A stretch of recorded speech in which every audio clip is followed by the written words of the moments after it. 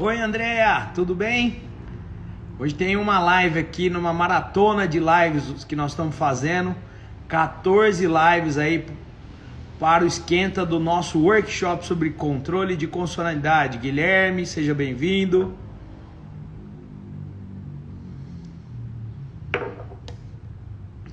Hoje receberemos Gerson Aragão, fenômeno aí da metodologia de preparação para concurso e para estudo, organização de tempo, estratégias.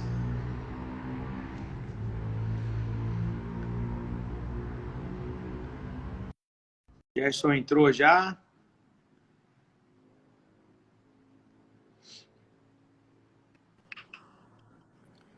Salve, bom, Gerson. Rafa? Tudo Como é que bem? vai? Tudo bem? Tudo jóia. Prazer imenso o seu Prazer é meu. convite e participar aqui com você dessa live. Prazer é meu. Seja bem-vindo aí. O Gerson é um grande amigo aí, é um brilhante defensor público, é especialista em métodos de estudo, de resolução de questões, traz tudo que diz respeito ao método de aprovação aí, é o grande guru dos concursos aí, trabalha com profissionais aí da minha categoria. Obrigado, gentileza sua, gentileza sua. E aí, como é que estão as coisas aí na pandemia? Tô vendo o Petit Gâteau Light. Você viu? Vendo Meu amigo, eu bastante coisa boa engordei. aí. Eu engordei 11 quilos na quarentena. Aí, mas já perdi 6. Então, Parabéns. já tô voltando, né? A quarentena deu tempo de ir e voltar no peso. Graças a Deus, né, Gerson? Graças a Deus. O importante é que a gente consegue perder, né? Como você é mais novo que eu, é mais fácil perder. Quanto mais novo, mais fácil. Eu sou, Vai ficando mais eu sou difícil. porque vai Esse aí. piorando. Vai piorando. Quanto mais Aí velho vai ficando, vai piorando. é só Vai piorando. proteína, salada. Aí para ajudar os concurseiros a não engordarem, o que é que eu faço? Eu tô com um projeto, né? No meu, tá lá nos Reels, né? Que é o TikTok do Instagram. Eu ensinando a fazer receitas light que não engordam. Então faço petit gâteau que não engorda, faço mousse que não engorda, né? Vou ensinar a fazer um risoto que não engorda, né? Bem bacana. Parabéns aí. Porque é uma parte de saúde também, né? Porque quando eu estava estudando para concurso, eu caí na comida, rapaz. Eu formei em Então, 97 e aí eu já dia 2 de janeiro eu me isolei, né? E aí eu tinha uma rotina muito boa para estudo, porque eu fui para casa dos meus avós e assim, era confinamento e estudo, né? Então de manhã já era pão com manteiga na chapa, aí 7h15 eu já estava estudando, parava às 11h30, lia jornal, assistia o Jornal da Cultura e almoçava. 1 hora eu estava estudando. Aí haja café, escovava os dentes para não tomar muito café. E comia. À noite era x-tudo, carne e queijo. Porque a gente acaba descontando na comida, né, Gerson? Quando tá estudando, né? acaba muito. Eu comia muito chocolate quando estava para concurso. Muito. Engordei também. Aí, mas depois emagrece. Emagrece, depois Tem que ir emagrece. É equilibrando. fase, né? É aquele livro, Enquanto é Teoria novo. Geral do Sistema. Você já leu Teoria Geral dos Sistemas? É um livro bem bacana, do Não. Bertalanffy. Ele fala que tem um princípio do Freud, que acho que é princípio da compensação. Tem que compensar em alguma coisa. E nessa Não, fase, né? isso é uma verdade muito grande. Porque às vezes você exagera em alguma coisa e no estudo você acaba exagerando, assim, que tipo, você descompensa de um lado. E aí tem gente que. Vou te contar os relatos que eu sei, né? Descontam na comida, tem outros que descontam nos relacionamentos. Então, cada um é de um jeito, mas você tem que conseguir identificar e ir equilibrando isso, né? Débora, minha esposa, ela é juíza aqui em Ribeirão, né? E ela, na época de concurso, ela parou de fumar. Parou de Olha, fumar? parou de fumar, olha que força de vontade. Ela é uma heroína aí, né? E Porra, ela desconta no esporte. fumar O negócio dela é é... esporte, é karatê, corrida, bicicleta, e é uma muleta que vários juízes hoje estão recorrendo por conta do excesso de trabalho, são esportes. Então, tem muito juiz correndo, pedalando, né? Procurador, promotor, defensor. Porque a carga de trabalho faz a gente querer fazer algum tipo de esporte que, né? É muita coisa. E a gente ainda que inventa fazer mais coisa, né? Não é, Não, não tem é jeito, isso, né? e aí Se, você escreve, é palestra, tudo, não é brincadeira, não. senão a cabeça Inclusive, congela, né, Gerson? Senão a é, cabeça para congela. concurso público, eu estudei pelo seu livro de constitucional, É uma das que é a maiores sinopse. honras que eu tenho aí, uma das maiores honras. Antes de Eu estudei conhecer, eu vi o vídeo que você indicava o nosso livro, mostrei para o Juliano, Juliano ficou também em êxtase, né? Porque escrever um livro daquele tamanho dá muito trabalho. E é uma atividade que a gente fica eu e ele numa comunicação bacana, mas a gente não espera essa você nem repercussão futura. percebe que são duas pessoas que estão escrevendo o livro, é impressionante. Né? E Porque às assim, vezes muda o linguajar, o estilo, não é impressionante. a gente tem uma E é um livro identidade muito espetacular. grande. A gente tem uma identidade muito grande. E vocês conseguiram fazer uma coisa assim que... Eu não sei como é que tá o tamanho do livro hoje, tá? Mas quando eu estudei, ele era daquela sinopse, né?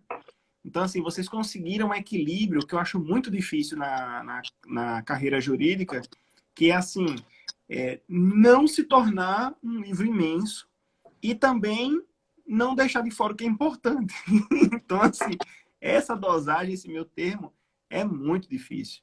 E, assim, o livro é espetacular. Foi o meu livro, assim, para concurso público, foi ele. Claro que tem algum ponto ou outro que a gente vai em outro livro, mas, assim, a base do meu estudo para constitucional em concurso público foi o seu livro. Nós estamos preocupados que ele, com o tempo, ele está crescendo muito. E ontem mesmo eu vi um post no Twitter que já nos alerta há um tempo. Que, poxa, como é que chama de sinopse isso aqui, né? Porque ele vai crescendo e o Supremo criando coisas novas, os concursos exigindo coisas, a gente vai crescendo muito, mas Um é difícil desafio. romper com ele, porque a gente pega um amor, assim, e já estamos preparando mais novidade para a próxima edição e vai preparando Olha, sempre coisa nova. eu lembro como se fosse hoje. Quando eu comecei a estudar para concurso, o livro que se falava, assim, o livro que estava tomando nome assim, era o livro de Pedro Lenza. E eu peguei o livro de Pedro Lenza. O livro de Pedro Lenza não tinha 300 páginas, 280 e poucas páginas. Hoje, nada contra. Pedro Lenza é um escritor excepcional. Maravilhoso, Maravilhoso. Mas o livro dele está com 1.500 páginas. O Lenza é um grande amigo. O Lenza é um grande amigo. Eu fui no casamento do Lenza, nós conversamos O muito livro por dele telefone. tá enorme. Quando eu olhei o livro dele, eu disse, meu Deus do céu, tá muito grande. E Mas não assim, tem todos jeito, vão né? crescendo. Todos, o Bernardo, o Novelino, a Natália, que tem um livro excelente também. Graças a Deus, ô Gerson, nós temos tantas opções. Na minha época, era o Zé Afonso e aí saiu o Alexandre de Moraes. Quando saiu o Alexandre de Moraes, foi uma revolução no direito constitucional. E tinha as apostilinhas do Damásio na minha época. Porque eu sou de 97 para preparação para concurso. A gente buscava uma apostilinha que vinha por SEDEX. Só que o SEDEX na época demorava 10 dias. Não tinha uns cursos antigamente que era curso que chegava por carta, chegava uns pedaços. Como é que era? FMB? Ó, não tinha. Eu comecei a dar aula no Luiz Flávio em 2003, quando lançou o ensino à distância. Então, assim, na minha época, em 97, tinha um curso por fita cassete do professor Celso Bastos, que faleceu lá por 2000. Ele era colega meu procurador, era professor da PUC. E não tinha. Então, a gente assistia um curso presencial em Ribeirão Preto. Eu ainda brinco, porque eu morava em Orlândia, na época da faculdade, na fazenda. E aí viajava para Ribeirão e depois vim para Ribeirão fazer um curso presencial, que não tinha os professores de São Paulo. Busquei essas apostilinhas do Damásio, acabei emprestando para um monte de gente aqui. As pessoas que eu emprestei hoje são juízes, promotores, procuradores, defensores. E a gente se valia desses materiais e o luxo era informativo do Supremo, mas na internet discada em 97. Então, Diário Oficial demorava 2 dias para chegar. Era outra realidade, né? Eu Outra lembro que realidade. quando eu estava na faculdade ainda, eu escutava as histórias do pessoal dizer assim, olha, tô indo para São Paulo para poder fazer o curso em São Paulo, porque não tinha nem o telepresencial. Quando eu estava saindo da faculdade, aí já tinha um telepresencial, já um tempinho. Foi ali 2006. Então já tinha o telepresencial. Mas durante o meu período da faculdade, ali, 2002, 2003, que o pessoal já falava dessas coisas, não, é a história assim, tem que ir para São Paulo para poder fazer o curso. Nisso aí, o professor Luiz Flávio, tipo, deu acesso a todo mundo, né? Assim, que Foi, o queria... Luiz Flávio, eu sou suspeito para falar que era um grande amigo. E o Neto eu conheci graças ao Luiz Flávio. E assim, só comentando do Neto, uma coisa que até comentei com um amigo em comum nosso, que é o Madias. O Neto vinha com o Luiz Flávio aqui em Ribeirão já, o Luiz Flávio vendendo curso tal, rodando o país. Eu falei, Neto, você tem que montar uma assessoria de vídeo, de área. Você acredita que eu plantei essa semente lá no Neto, lá atrás? Não sei se ele vai lembrar isso aí. O Neto é fantástico. E aí, voltando para essa época do Luiz Flávio, eu dava aula num curso em São Paulo que era o mais famoso para a OAB, que era o curso Prima. Comecei em 2001.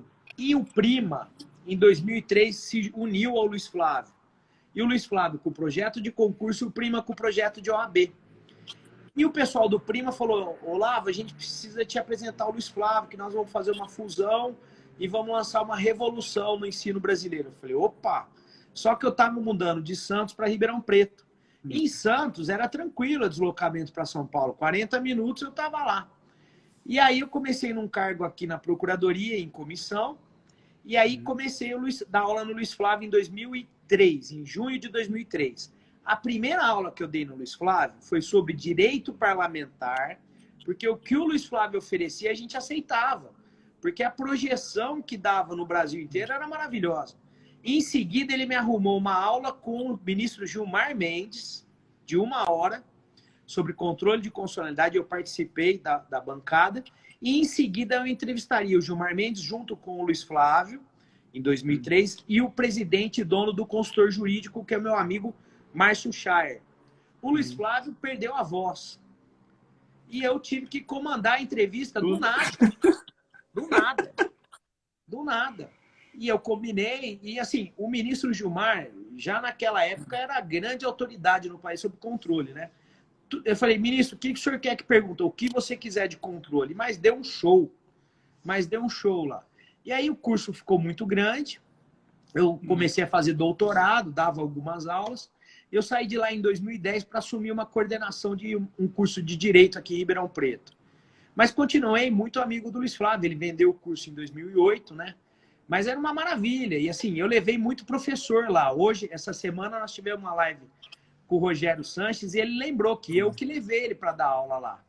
E o Rogério, naquela humildade total dele, um gênio e humilde como um monge, ele falou, não, eu não vou dar despesa para o Luiz Flávio na primeira aula. Eu posso dormir no sofá-cama do quarto que você vai ficar? Eu falei, lógico. Chegou, acordou cedinho comigo, assistiu minha aula, a aula dele era só à tarde, e ele deu um show, Aí ele começou a pegar muita aula, mas eram as piores leis penais que tinham para ele dar aula. Então a gente não pode negar a dificuldade, né, Gerson? Leis penais especiais. Dava que no aula LFG, que no LFG era o intensivo 3, né? Intensivo 1, 2, 3, o 4. Mas enquanto o Luiz Flávio dava penal, ninguém tomava a cadeira dele, né? Não. E o Luiz Flávio, sempre uma máquina de trabalhar. Durante o curso e depois que vendeu o curso. Ele ligava no estúdio 7 horas da manhã, quando a gente tinha bebido cerveja até 12h30 da manhã. Eu, ele, o irmão dele, que era o Júlio, que ajudava ele lá. Hoje o Júlio é prefeito, o Júlio é uma pessoa também maravilhosa. E assim, o Luiz Flávio vendeu o curso todo mundo, agora ele aposenta. Viajava o Brasil dando palestra. E viajava nesse ritmo, o Gerson. Palestra, pinguim, 4 horas da manhã ele estava pegando um voo para trabalhar em outro lugar. Não parava. Eu conheci ele nessa época, quando ele abriu o AD, a Atualidade do Direito, foi quando eu conheci. Ele não parava de trabalhar. É impressionante. E como deputado federal também, domingo ele prestava contas na Paulista, me ligava o dia inteiro, assim, não parava de trabalhar perguntando de necessidades e assim, sempre muito preocupado, né? Então, um sujeito muito idealista, muito dedicado e que sempre a gente gosta de enaltecer, porque A gente sente falta de pessoas assim na política, né? É verdade. É verdade. Bom demais. Ô, Gerson, e me fala um pouquinho da tua rotina aí na quarentena. Home office? Na quarentena tá home office, porque tipo, a maior parte da manhã, defensoria, né? Então, eu estou cuidando das coisas da defensoria, os processos, os atendimentos que estão virtuais de forma eletrônica, né? WhatsApp, ou telefone, ou e-mail. Então, tem um atendimento, um andamento dos processos. A audiência vai começar, as audiências virtuais, próxima semana. A juíza me ligou até hoje. Disse, Gerson, próxima semana eu vou começar voltar com as audiências virtuais. Eu disse, pode voltar, tô aí. E, tipo, aí à tarde, descanso um pouco, almoço. Período da tarde, eu tô mais preocupado com as aulas daqui, né? Essas coisas que eu faço. E à noite com minha esposa aqui, né? Assistindo uma série e tudo mais. Você ganha um tempo assim. Claro, é uma situação péssima, né? Da quarentena, ninguém pode sair, ninguém pode fazer nada. Mas, tipo, eu tô sendo mais produtivo na quarentena, porque tudo que era deslocamento de carro acabou, né? Não existe. Então, todo esse tempo eu ganhei, né? Então, tô conseguindo ser mais produtivo. Essa parte vai ser difícil, né, Gerson? Porque esse deslocamento atrapalha o dia da gente, né? Eu para chegar na defensoria, eu levo, a depender do dia, de 1h20 a 1h40. Você tá em Todos Sergipe? os dias. Em Sergipe. Porque eu não trabalho na capital, eu trabalho numa cidade do interior que é bem próxima. Bom. Então, assim, é um tempo, né? Que você leva para ir e para voltar, aí desgasta, pega a estrada, cansa, né? Então esse tempo aí eu tô conseguindo otimizar muita coisa, né? Tá sendo revertido, inclusive, para a própria defensoria. Aqui em São Paulo... Como é que tá aí, você aí? Aqui também home office, né? Eu sou, desde o começo, eu fui um dos primeiros aí para home office, porque eu tenho problema de rinite, tenho pressão alta, mas tudo controlado. E assim, já peguei Covid no começo, né? Fui dar uma aula em São Paulo. Já foi? Peguei, já. Em março. Acho que estou vacinado, mas não tem prova científica ainda. Prova, né? Fui dar uma aula na escola do Tribunal de Justiça, que é a Escola Paulista da Magistratura, e na volta, aeroporto lotado, dia 13 de março, falei, Débora, acho que peguei. E deu o tempinho, me isolei numa suíte aqui. Mas pegou logo no começo mesmo você, não foi? Peguei. Porque e assim, eu voltando de viagem com minha família, no carnaval ali, a gente viajou para Mendonça, e quando chegou em São Paulo, assim, os primeiros casos de Covid e tal. E assim, 3 dias que você derruba. Eu tive sintomas muito leves, mas o isolamento é muito louco, porque eu fiquei 17 dias numa suíte. Lógico, e depois de 3 dias, a Débora, minha esposa, limpava o corredor inteiro, eu para ir trabalhar para o escritório e voltava. Então, no terceiro dia eu já estava trabalhando. Controlei muito a falta de ar. Você ficava isolado, né? Fiquei isolado. Gabriel, que é muito próximo, ficou assim, assustadíssimo. Mas eu fiz muito aerosol, cuidei muito da parte pulmonar, tive um pouquinho de falta de ar. E eu tenho um casal de primos que é livre docente em medicina. Toda hora me dando a maior assistência. Graças a Deus deu certo, no terceiro dia eu já trabalhei. E aí aquela rotina, né? Eu tô trabalhando muito mais, com mais qualidade, com mais produtividade, e aqui tá um fenômeno impressionante. Como a previsão de queda de arrecadação, a Procuradoria está entregando muitos imóveis no estado inteiro, principalmente na capital. E o home office vai ser uma realidade na Procuradoria inafastável. Eu acredito que, assim, toda coisa ruim, né? A gente tem que aprender alguma lição. E eu acho que, pelo menos para a Justiça, é algo que estava demorando muito para virtualizar processo, audiência virtual. Tudo isso estava meio lento, né? A tecnologia já está aí. E agora tudo foi colocado. Então, assim, eu acho que vai ser um avanço para a justiça como um todo, porque a gente começa a perceber que quanta coisa a gente faz presencialmente que tipo, não há necessidade nenhuma de você estar presente para fazer, né? Então, assim, é só pela aquela questão da tradição, de ser é assim, é desse jeito, contato pessoal, não sei o quê. Mas Sempre você foi vê que na assim. prática, sempre foi assim, tem que ser assim, não pode mudar.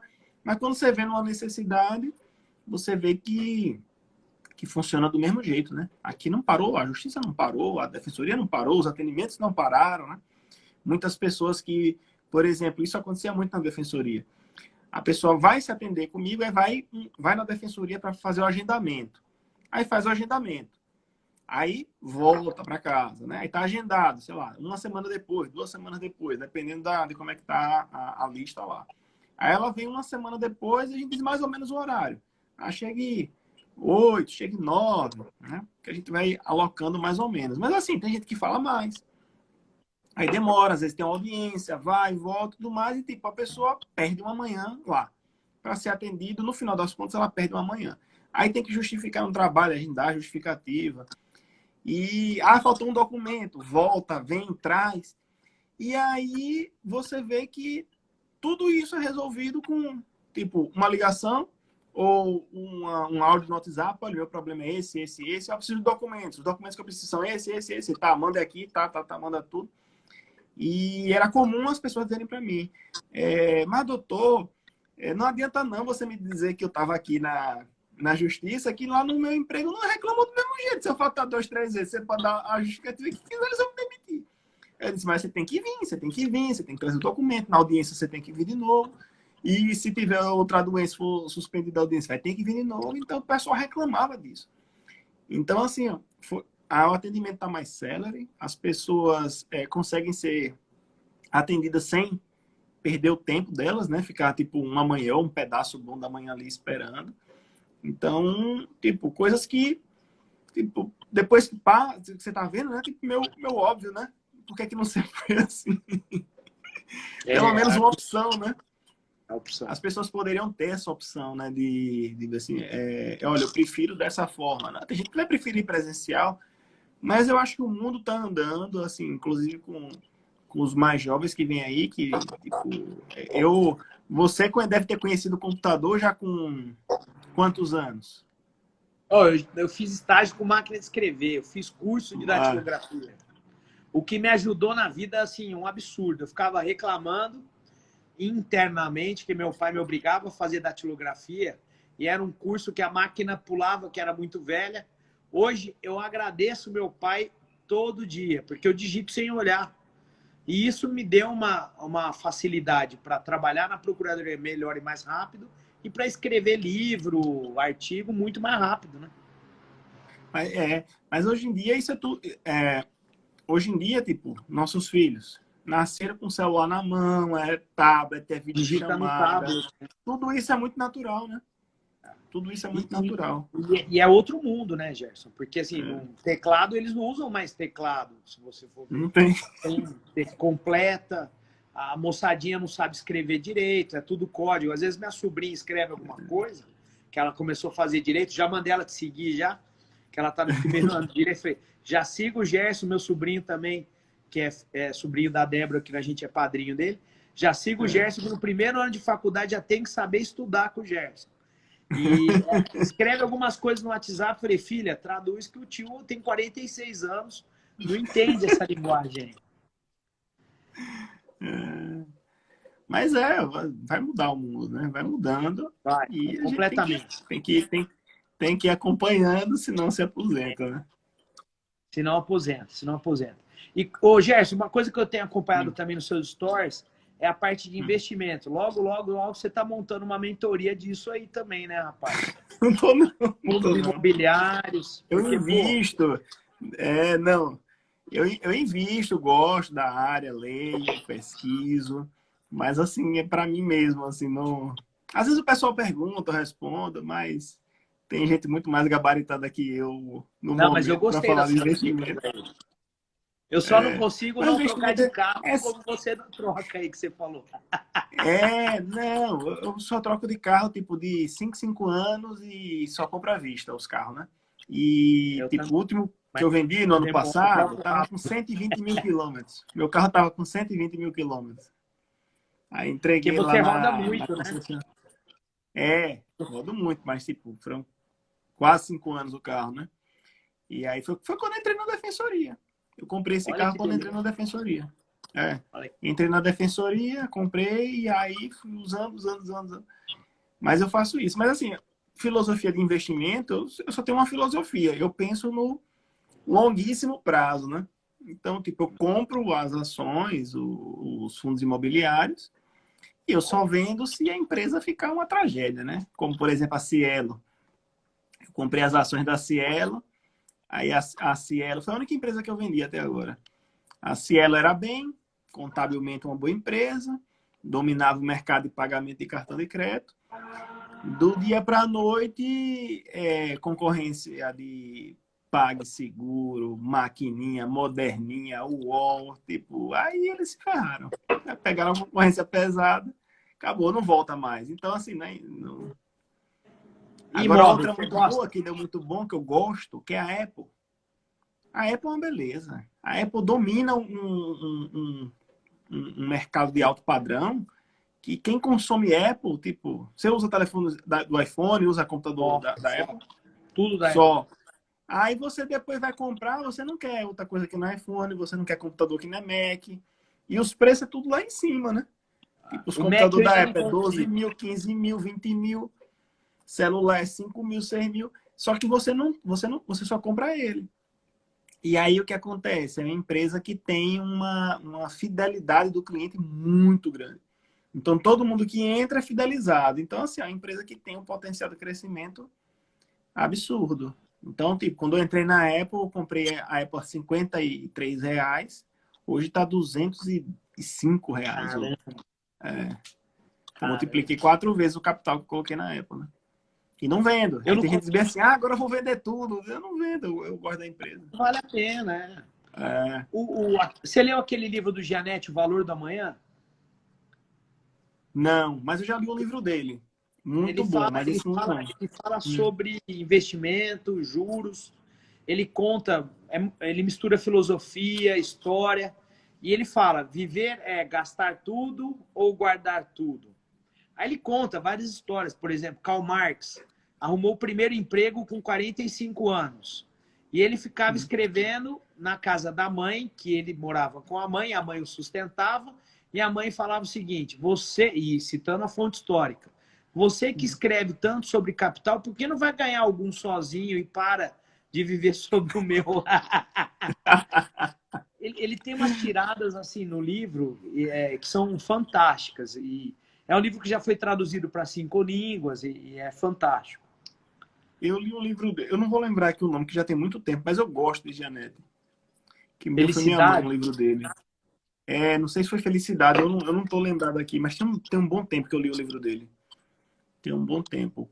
Agora, um livro bem legal sobre investimento é O Investidor Inteligente. Esse é legal. Ele fala os padrões, a forma de pensar sobre investimento. É interessante. É Eu estou interessante. gostando muito do Thiago Nigro. Tem o livro dele aqui. Tô É, seguindo ele. É um fenômeno, né? nas redes sociais, aí milhões de pessoas, né? Milhões de pessoas. Ele tem uma filosofia de investimento parecida com a minha também. Tem. Pensando sempre no longo prazo, né? É. Na verdade, eu compro as ações e compro os fundos por mim para não vender nunca, né? Só se não tiver jeito.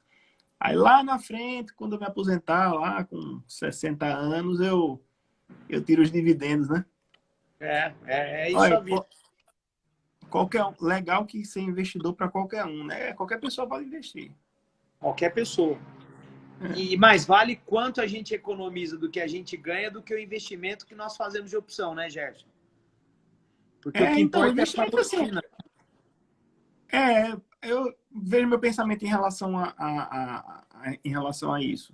Eu sempre fui uma pessoa que guarda uma parte do que eu ganho, né? Eu tenho isso por hábito, né? Então, assim, quando você ganha pouco, você guarda pouco, né? Mas esse hábito é um hábito bom, porque tipo, quando você começa a ganhar mais dinheiro, você está guardando proporcionalmente e vai guardando cada vez mais. Só que quando eu era mais jovem, eu só guardava, colocava em poupança e tudo mais.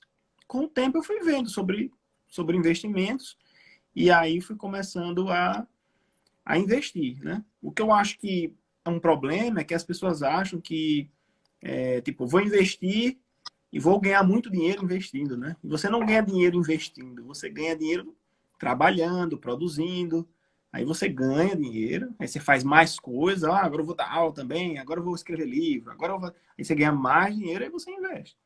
O investimento é uma forma de você rentabilizar acima da média da população geral, que está botando dinheiro em poupança, botando dinheiro em CDB de banco, né? E isso ao longo do tempo vai dar um volume financeiro bem maior, né? Ao longo do tempo. A Rúbia está perguntando o nome do livro que você indicou. O Investidor Inteligente. Agora não dá para ler todo, não. Deixa eu ver ele aqui. É muito grande. Não, não é porque ele é grande, não. É porque ele vai falar... Esse aqui, Ele é grande. Mas não é porque ele é grande, não. Esse aqui. Benjamin Graham. Não é porque ele é grande, é porque ele vai entrar em umas partes aqui que é relacionada, por exemplo, aos fundos de pensões americanos. Ele vai falar sobre a previdência americana, como é que você faz previdência lá. Então, ele fala de alguns tipos de investimento numa parte aqui que não faz sentido, entendeu? Não faz sentido para o Brasil. Mas a parte de princípios, a filosofia de investimento é muito interessante. Esse cara aqui, ele foi professor e foi inspiração de Warren Buffett, né? Que é um dos maiores, dizem não, é o maior investidor de todos os tempos, né? Você conhece aquele fundo das nossas associações de classe, que chama JusPrev, que é um fundo de previdência privada? Não. Ele tem algumas vantagens, porque eu uso para diferimento tributário na pessoa física.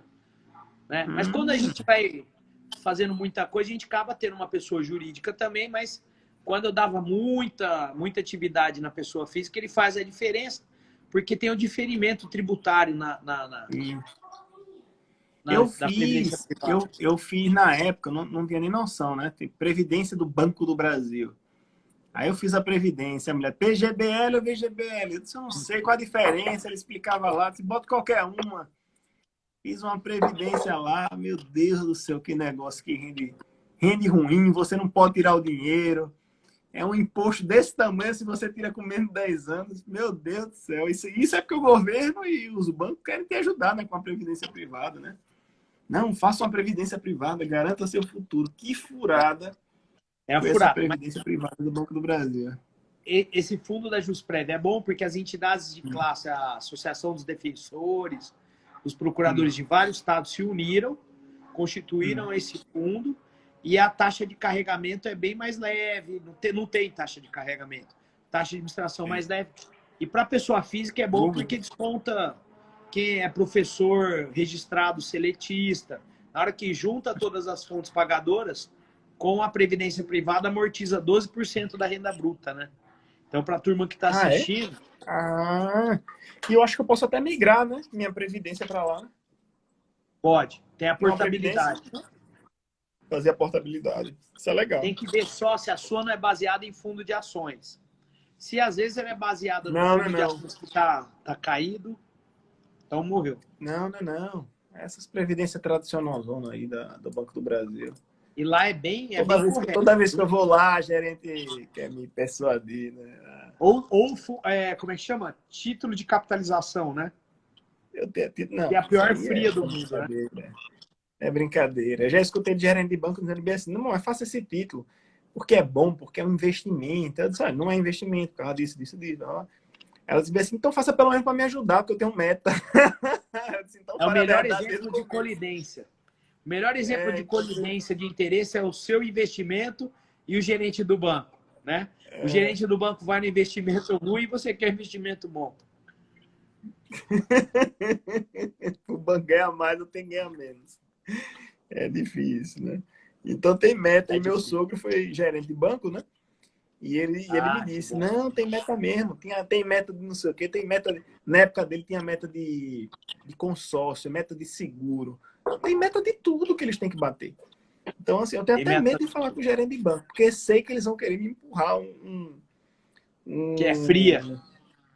um segurozinho. Não, o seguro da casa é tão bom. Eu quero o seguro da casa. Nunca pegou fogo a casa, nada. Não é fácil, não é fácil. Ô, Gerson, e você tá com a mentoria aí, como é que tá? Tem vaga ainda? Sim, sim. Eu tenho uma mentoria, né? Falando de concurso, né? Agora já falamos de tudo, né? Uma mentoria em que eu pego a pessoa, né, que está estudando para concurso público e dou direcionamento para ela ter resultado, né? Já faço isso desde 2014. Tem centenas de aprovados, você vê o resultado dos alunos. É muito legal. Hoje, inclusive, a,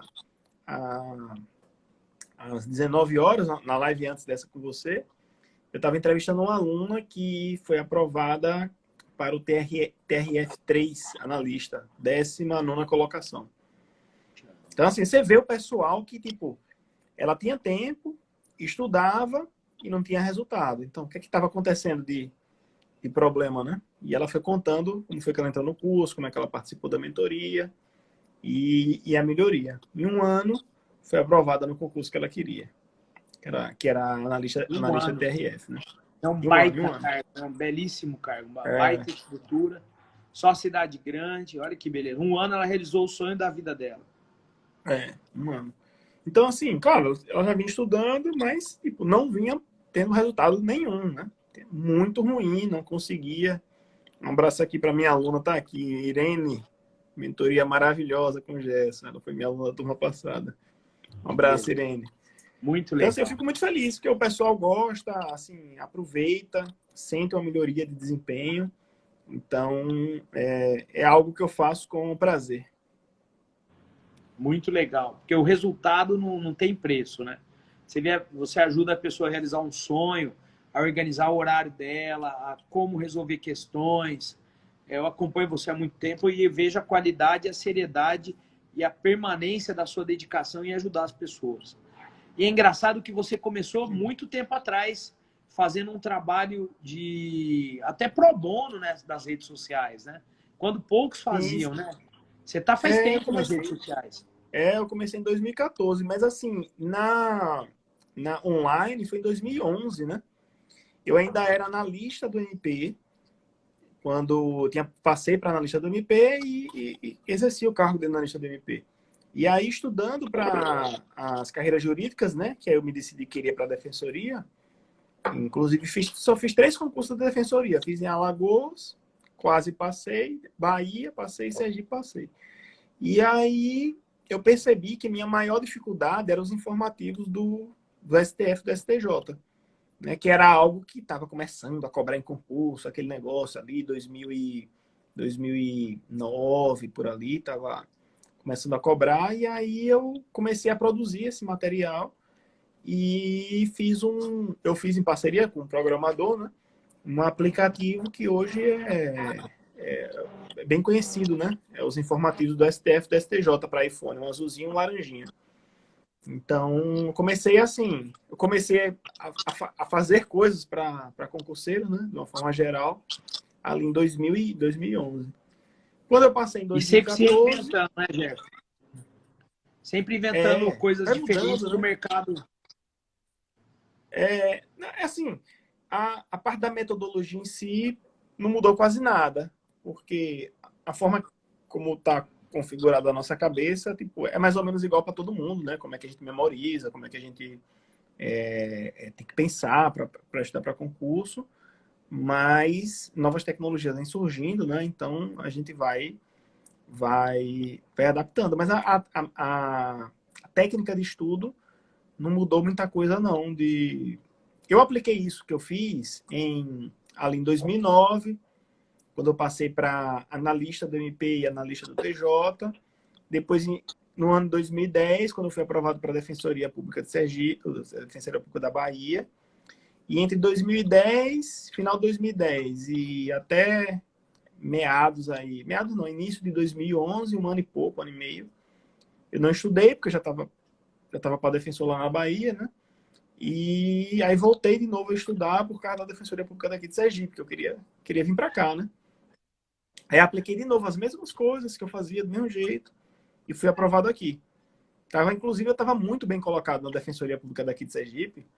Bacana. E tipo, eu ia ficar assim entre os 10, 15 primeiros. Caramba. Só que na prova oral, essa história é engraçada, você vê como é que é concurso, né? Eu estava ali, na segunda fase, eu acho que estava 12º. E aí, a prova oral era só uma pergunta só. E eu cheguei lá na prova, né, oral, podia cair qualquer tema, qualquer coisa, e caiu um caso concreto sobre crimes de trânsito e queria saber o posicionamento do STJ em relação a um determinado crime de trânsito bem específico.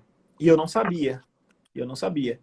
Aí eu comecei, não, o conceito de crime e os crimes de trânsito, legislação especial, perigo concreto, abstrato. E aí, no final, tipo, respondi tudo errado, mas os conceitos eu coloquei bem, né? E aí eu tirei 5 nessa prova. Valia 10, eu tirei 5. Aí eu caí, ali 12º, 15º, eu caí para a 44ª, 45ª posição. E nos títulos, eu subi para 41º. Olha que beleza. E chamaram nesse concurso 62 ou 60 e poucos provados. No meu, eu passei o 89º. A primeira passou com a diferença, acho que de 0,5 da minha prova. E aí nomearam 100. O meu concurso ainda teve uma peculiaridade terrível em 98, 11.493. Em 98 era um número fora do comum. Prestaram. Passaram 180. Nomearam 100. Nomearam alguns da outra leva. Caducou o concurso. Não tinha no edital a possibilidade de prorrogação. Teve um sujeito tão obstinado que tinha passado e estava nessa lista daqueles que não foi nomeado e caducou, passou no seguinte. Depois de 4 anos. Olha a dedicação do sujeito. Né? São Paulo tem umas peculiaridades, né? Tem umas São Paulo coisas tem muito concurso, né? São Paulo tem muito concurso.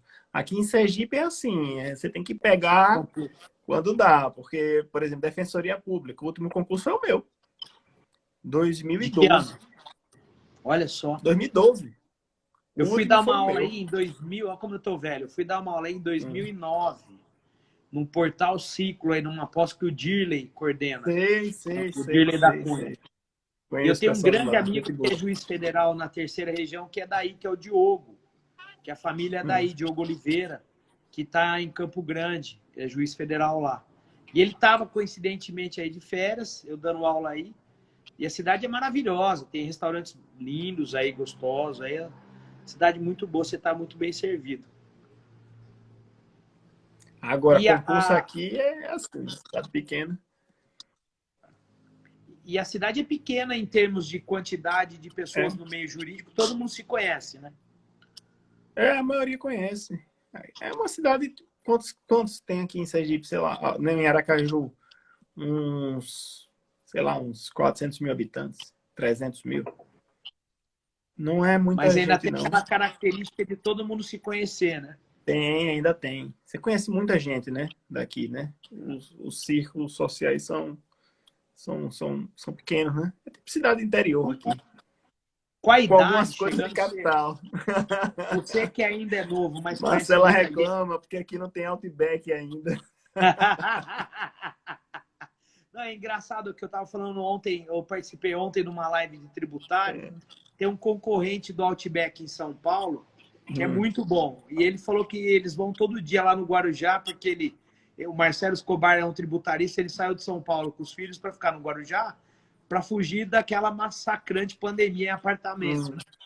E ele tem um concorrente lá do Outback, que eu não sei o nome, tem que montar aí o concorrente, então, para ela desfrutar os prazeres do Outback. Né? Tem um outro bom em São Paulo, é o Applebee's também. É É, legal, é o mesmo estilo, só né? gordura, né? É. É aquele que você vai O de Madeiro. dieta, fala, Quando o vou Madeiro sair do chegou dieta. aqui, Marcelo, chegou o Madeiro. Aí o cara foi falar, não, temos que deixar tudo aberto, que o povo que morra. Aí Marcelo, não quero mais o Madeiro. Não, o sanduíche do Madeira é perigoso. É, É conheci difícil com o fugir pessoal do da Madeira. Foco, o pessoal da Foco. Eles que me Não é apresentaram o fácil. Madeira. O É. Madeira, o sanduíche dele é perfeito. Ô Gerson, e me fala uma coisa, o que você está sentindo que vai mudar em definitivo nos concursos públicos daqui para frente? Além da... Então, não, assim, eu acho que a gente tem que levar em consideração algumas coisas. Primeiro, o cenário político e econômico, né? De uma forma geral. O concurso já vinha reduzindo as vagas de uma forma geral, principalmente no âmbito federal, né? Que o governo Bolsonaro já declaradamente, né? Que tipo, vamos cortar os custos ao máximo, concurso e tudo mais, né?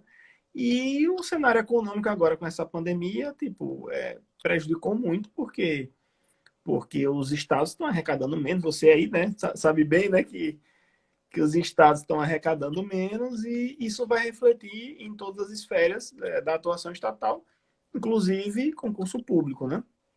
O repasse para Ministério Público, Defensoria, os tribunais, vai ser menor, né? Então, assim, é de se esperar que tenha uma baixa em concurso público, né? Durante um período. Mas durante toda a minha vida de concurso público, eu acredito que você também pode confirmar isso, concurso é assim. Tem épocas que estão melhores, tem época que está pior, tem época que está melhor, tem época que está pior, porque, no final das contas, a Constituição exige que tenha concurso público, né? Os cargos públicos precisam ser ocupados por pessoas que passaram pelo processo do concurso público. Então, assim, em algumas épocas mais, algumas épocas e a opção que quem está estudando para concurso é ou se prepara bem para aprovar, para passar nos concursos que vão ter, porque tem que ter, não tem como, vai ter que ter concurso, né? Defensoria Pública aqui. Defensoria Pública aqui tem um quadro de cento e poucos defensores. Acho que estamos com 80, né? Então vai ter que ter concurso. Não tem como entrar, atuar como defensor público sem ser defensor público, sem ter passado por concurso. Então vai ter que ter concurso. Então, a primeira coisa é só ter a cabeça e saber que vai ter que se preparar bem para o melhor possível para entrar nesses concursos, porque essas vagas vão ter, não são inúmeras, absurdo não, mas vai ter, né? Ou dois, a pessoa pode dizer bem assim, não quero mais concurso, porque o concurso está ruim. Aí vai ver a iniciativa privada, como é que tá? Tá pior ainda, né? Muito pior. Então, assim, não tem muito para onde fugir, né? Não tem muito para onde fugir. Agora, quem está se preparando agora, eu acredito, com uma boa dose de certeza, que vai colher muito bem lá na frente, porque muita gente também está desistindo. Essa frase que você usou é a realidade. Quem plantar agora vai colher daqui a pouco. Então o sujeito vai semeando, cultivando, adubando, regando. E, por exemplo, Polícia Federal, o ministro da Justiça já anunciou um grande número de Sim, vagas. é. E tem muita Tem alguns aposentadoria concursos aí, né? acontecendo. E tem todo mundo que tem tempo está aposentando. É. Eu acredito que isso aí... Quem está aposentando vai ter que ter concurso. Aqui também vai ter mais aposentadoria, né? Então, assim, né? não, não tem para onde fugir, tem que ter concurso. Agora, vai ter na mesma proporção, tipo, em determinadas épocas? Não vai. Mas eu também não vejo melhores opções, assim, para... Quer dizer, não vou fazer concurso. Tudo bem, mas me dê uma opção melhor, né? Então, assim, concurso público é um caminho que se você estudar, se dedicar, tiver estratégia, fizer a sua parte bem feita, né? Você pode conquistar um emprego, né? Um concurso para trabalhar, exercer bem a sua profissão e não vai estar tão suscetível às oscilações da economia, né? Tão suscetível. Está de uma certa forma, mas bem menos que quem está na iniciativa privada, né? É uma opção excelente. Eu sou um dos poucos da minha família que é funcionário público. Meu pai sempre falou, olha, é uma carreira bacana, tal. E como eu gostava muito de estudar direito e queria também independência rápida, né? Com 23 anos eu aprovado, foi a melhor coisa que eu pude fazer, né? E assim, como eu gosto de estudar muito, a carreira pública me incentivou muito. A Procuradoria do Estado de São Paulo é muito conhecida por incentivar a dedicação a mestrado, doutorado. Isso para mim foi essencial. Assim, eu fiz imediatamente o mestrado, embalei no doutorado com um ano sabático em seguinte, e para mim foi a melhor coisa. E eu acho que não dá para parar de estudar também. Eu não consigo entrou novo, pensar, né? Você entrou com 23, foi na Procuradoria? Eu entrei com 23 anos, em 98. Não tinha muito juízo, não. Eu ia com oficial de justiça na empresa, bloqueávamos as coisas da empresa. E assim, não é... Se você for ver, não é muito tempo de dedicação, não. Tem... Quem na iniciativa privada vai ganhar, que a gente ganha em pouco tempo de carreira. Bem difícil, né? Então, o serviço público, de uma forma geral, eu não vou dizer nem que paga melhor, que paga muito mais. Eu acho que ele paga o que é mais coerente e mais justo, né? Na iniciativa privada, às vezes... Dois assuntos que você tocou. Não tem que se... dá para se dedicar e passar. Eu percebo que há muita falha de gestão de tempo, de estudo, de organização, de foco. É engraçado que quando eu passei aqui em Ribeirão Preto, todo mundo assustou. Porque eu era o rei da noite, na sexta, no sábado e às vezes na quinta, né? Pessoal, como é que esse cara vai na balada e passa no concurso? Mas eu morava na fazenda, de domingo eu já não saía à noite. Domingo eu já começava a estudar um pouquinho, de segunda, terça, quarta. Mas quando que dava, às vezes, quinta, eu dava uma escapada, né? Lógico que isso no terceiro ano da faculdade não era realidade. Mas no quarto eu fui pegando firme e fui. E a questão da remuneração, né? Você tocou num ponto importante. Para quem é uma pessoa acelerada, gosta de estudar e se dedicar, e traça uma carreira paralela, as oportunidades também se abrem, porque vai fazer curso, vai organizar, dar aula, coordenar. Eu, por exemplo, ainda tive a sorte de, em 2017, o procurador do Estado poder ser árbitro. Em São Paulo tem um parecer nesse sentido. Aí fui trabalhar com arbitragem, fui escrever sobre a arbitragem. O tijolinho por tijolinho vai elevando o muro a ponto de, aos poucos, você preparar uma casa. Não sei se você já viu no YouTube 2 meninos que ficam fazendo casa do nada, com ferramentas muito precárias. Eu aprendi com os amigos do meu filho aqui do condomínio. Eu vi. Ele chega lá como se fosse no barro, né? Como então, você começa a assistir o vídeo, vai cavando e vai fazendo. Tudo na vida é aquilo. Tudo na vida é aquilo. Você fala, não vai. Na hora que fica pronto, o sujeito deve olhar para o cara e falar, como é que você conseguiu isso e eu não consegui? É fácil explicar. Volta no vídeo. Então, assim, não é? A vida é assim. Então, assim, e a gente que gosta da profissão tem mais força de vontade, né? E se dedica mais. Eu acho que, assim, e dá para fazer outras coisas também, né? Como você falou, depois você pode ministrar aula, você pode escrever, pode palestrar, pode vir para a internet, dar aula. Hoje em dia, tipo, você não precisa nem mais de cursinho para poder dar aula. Não precisa mais então, você chega na internet, você dá a sua aula. Se você quiser, você cobra também. Tipo, tá muito... As possibilidades são imensas, né, hoje em dia. E assim, as coisas aparecem. Por exemplo, eu terminei o doutorado, já me ofereceram num grupo educacional que eu trabalhava para montar outros cursos de direito para eles. Aí eu elaborei projeto pedagógico, fiz a apresentação do projeto no Conselho Federal da OAB como coordenador, fiz a apresentação perante o MEC, recebi visita do MEC, recebi visita da OAB que fiscaliza os cursos jurídicos. Isso tudo é coisa que vão aparecendo e a gente vai atrás, né? Isso aí acho que em toda a carreira, né? E Quanto assim, mais você se agora, prepara, mais você consegue aproveitar as oportunidades que vão aparecendo na vida. aproveitar teu público aí que é brilhante e dedicado para fazer uma divulgação aí. Nós teremos um workshop. Fale, fique à vontade. Hoje é uma das lives, né? Hoje é uma das lives aí do workshop. Nós vamos lançar um workshop sobre controle de condicionalidade, um tema muito importante. O advogado tem que saber, o operador do direito tem que saber, seja ele juiz, promotor, procurador, seja até aquele que quer prestar concurso, porque é a parte que mais cai dentro dos concursos é controle de condicionalidade. E eu vou trabalhar questões teóricas para ter uma introdução e vamos trabalhar com peça. Como é que eu faço o recurso extraordinário? Quais são as dificuldades do recurso extraordinário? Por que que meu recurso extraordinário não vai subir? O teu não vai ter esse problema. Por quê? Porque nós vamos trabalhar todos os requisitos. Ontem, na live com o Daniel Neves, nós vimos um, por exemplo. O sujeito alega como a repercussão geral, no final da peça ou no começo da peça. Você vai ver comigo, vem para cá. Não, esse aí até eu vou fazer, viu? Porque eu tô lá no família, no Ferrujado, direito de família. Que honra.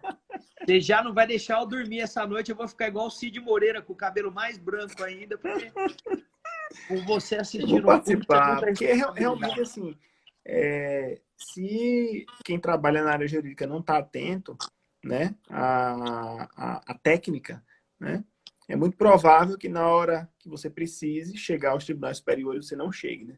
Você não consiga, né?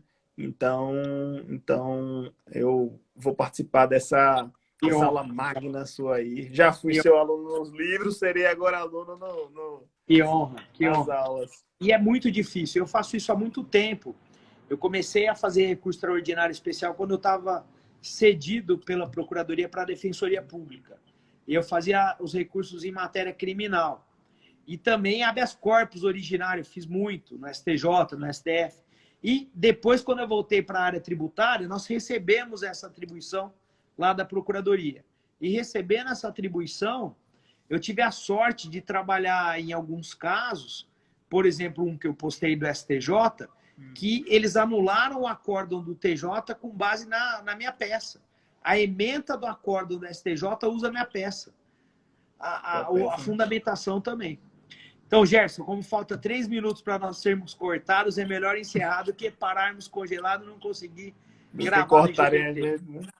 Obrigado por esse papo maravilhoso, por essa conversa muito agradável na sexta-noite. Eu que agradeço, obrigado ao seu público. Um prazer falar com você. Viu? Foi bom que batemos papo conversando sobre tudo. O prazer é todo meu. Gabriel, vem aqui dar um oizinho aqui, meu filho, ó, de pijama do Capitão América. Cadê? Tudo bom, Gabriel? Tchau, tchau. Obrigado. Fica com Deus aí. Bom final de semana. Tchau, abração. tchau. Obrigado. Você também. Tudo bom. Tchau.